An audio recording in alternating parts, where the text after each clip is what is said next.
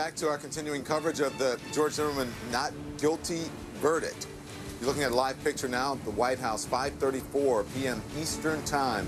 So, how is President Barack Obama impacting the fallout of the Zimmerman verdict? Well, the White House issued a statement just hours ago. The president says the death of Trayvon Martin was a tragedy, not just for his family or any one community, but for America.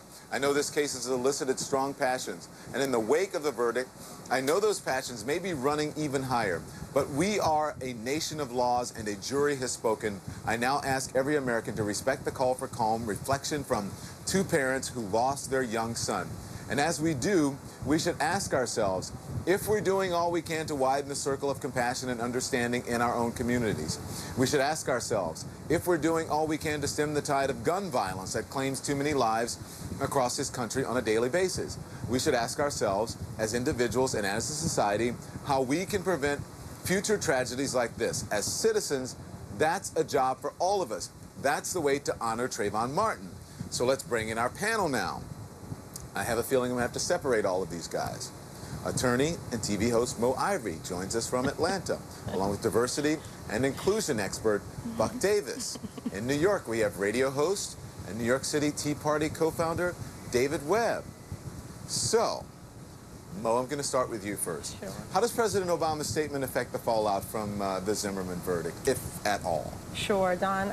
I think that the president's statement gives us a little bit of comfort, and he's the president of the United States, and we want to hear from him. We need to hear from him. It's especially comforting after saying that Trayvon, could have been his son. He would have looked like him. I wanted to hear him say something, so it brought me some comfort, but just a little bit, because I'm still angry. I'm still upset. I'm trying to process this verdict and figure out where we go from here. So it's a wonderful thing that he did that, but we still have more to. What am I angry about? That a murderer got away with murder? No, David, what am I angry about? That you're asking me that question. No, it's done. That's It's done. It's done. Don, It's done. Okay, Why Don. are you angry? I'm angry because a murderer got away with murder. I'm angry because in our system, George Zimmerman's brother Robert just said that Trayvon had plans for George Zimmerman, and that rhetoric is going on. A boy was walking to the store and he was getting a snack and he got murdered, and a murderer got away with it yesterday. That's what I'm mad about.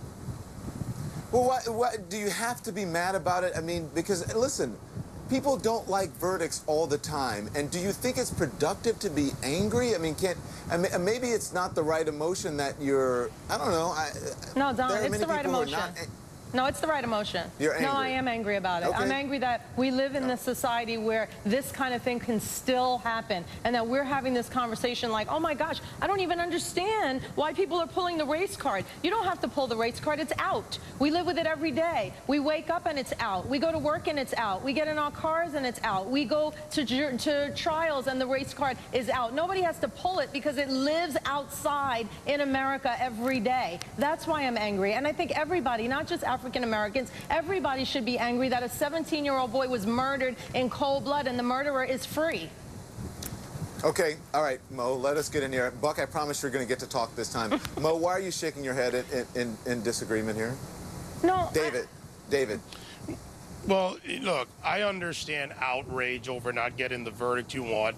If Mo would actually reach back to the legal premise that exists here, which is Skittles is not a crime, walking is not a crime, a hoodie's not a crime. Again, this is a terrible tragedy. But the incident that happened outside of that. However, let me finish. Where's your outrage? Let him finish. Because a young black man was just murdered in Chicago for refusing to join a gang. Wait, so hold on. I hope you have as much outrage for that. What kind of comparison? Stop, both of you. What kind of comparison is that? Mo, stop. David, stop. David, do not do that false equivalent. That is no, not I'm not trying to a fair equivocate, but outrage. Yeah, but listen, I'm not comparing crime that. happens all the time, and because a crime happens, it does not mean that you should shift the focus from what happened here. Let's stick to this particular point. Okay, so on this issue then. Thank you.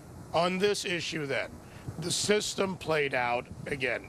We needed to see due process, not outside agitation. He was tried. The jury was picked. They were selected.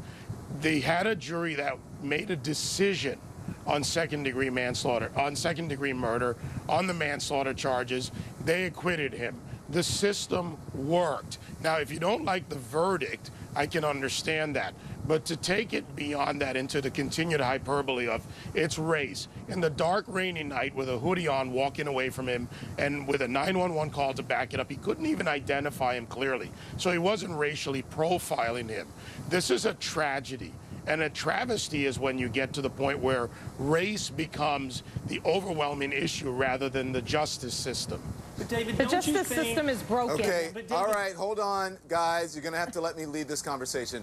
So, you have two people of color. I assume both of you are African American. Excuse me for assuming that. I am. I'm not sure about David. Two people of color. Well, I'm a All right, black so man. two I'm a people of black man. color. I'm an American. That's what it is. Oh, okay. Keep with Okay, that. okay. So, girl, you are crazy.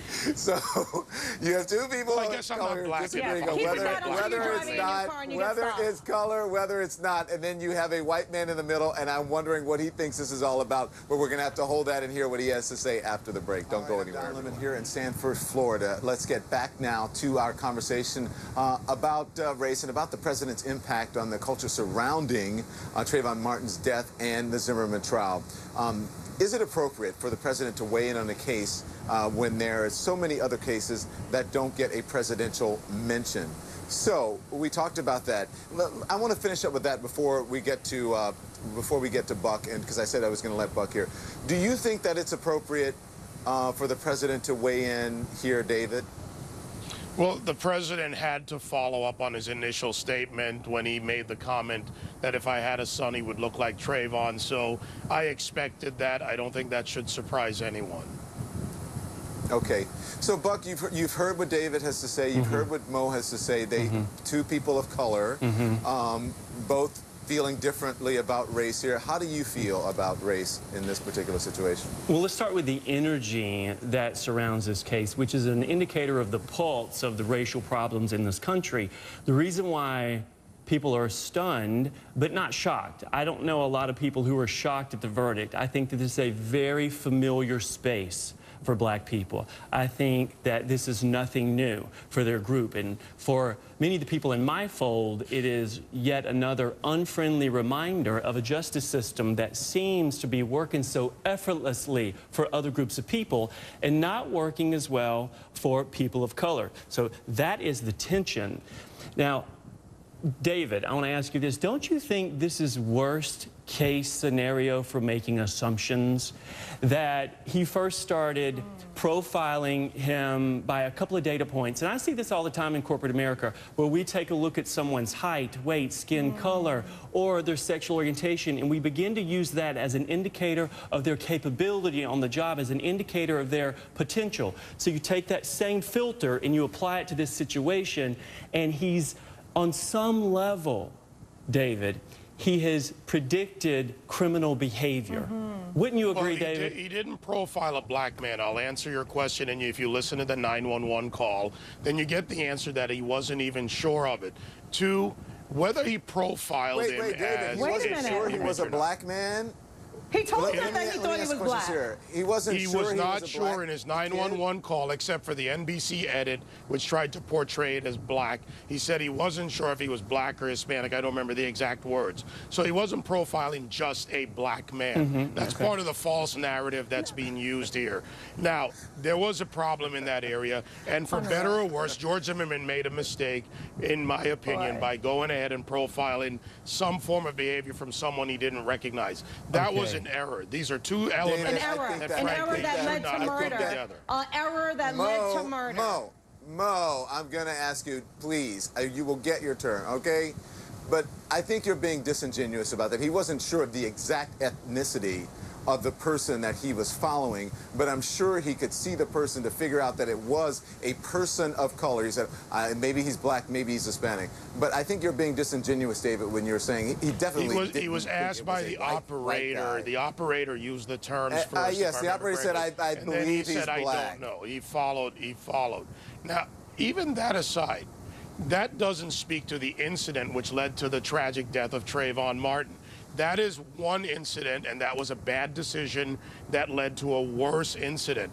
But the two are separate, both under Florida law, under what happened, because none of us here, or for that matter, likely will ever know, because Trayvon is dead, unfortunately, and George Zimmerman, well, even if he tells the story, can be questioned. None of us will ever know what happened in those key couple of minutes between the two of them. Hold that thought. A break, and we'll talk more after. All right, I'm back now with my panel. And first to David Webb. David, we have to be honest about this. We can't be disingenuous and stop saying things aren't about race when they're obviously about race in this country. Otherwise, when are we gonna get over this? Look, racism exists, and it will always exist in some form in society. And where it exists, we should take it on and do our best to defeat it. What I don't like is when everything or so many things are made about race when they're not maybe the dominant issue, because that actually marginalizes when we need to take on the issues. Whether it's racism or other forms of bias, we need to get rid of those issues in our society as much as possible. But when we argue about race as the only issue, we do a disservice to the true nature of, frankly, advancing our culture. Mo Ivory, I'm going to unleash you now because you've been sitting there and you have been very contained. And I know, listen, you are expressing the feelings of a lot of people I've been watching and talking to on social media. Listen, Don, nobody is saying that every single time something happens, it has to be about race. But let me say this. Most times it is about race. So let's not also say, well, you know what? It's not the biggest issue. It's the issue that permeates throughout the way we live our lives in America all the time. This case just brought it out in the spotlight because of the nature of a 17-year-old black boy dying. Let's not ignore what it is, David. Yes, there was a trial. I accept what the jury decided. It was not about racial profiling in this case. It was about what happened at the moment they came together. But that doesn't mean you throw out everything else that happened, that he got into his car, that he followed Trayvon. These are the conversations we need to have. So on the one hand, maybe it's not the biggest issue, but if it is a part of the issue, then it's a problem, and it's something that we cannot ignore by just saying that it's not there. But Mo, I agree. So let's have those discussions when blacks kill whites on the same level. I can't let you. Buck Davis, I've got to get you in. Can you, this is your profession, take it home for us. That if we're trying to widen the circle of compassion, we need to narrow the focus of self-reflection. And we need to pay attention to our automatic assumptions that we are making about people who are different from us that leads us into a tragedy. So if you're looking for something to do tonight, America, think about what is resonating with you as you listen to this coverage and what's bubbling up for you, because that may be an indicator of a bias that you can get a handle on. Yeah, like going out and meeting someone who's different than you, and not just meeting but becoming friends with them, going over to their home, you coming over to their house, all those sorts of things, getting to know other people who don't necessarily look like you or it's not necessarily in your particular class and station in life. Thanks to my panel. Appreciate it.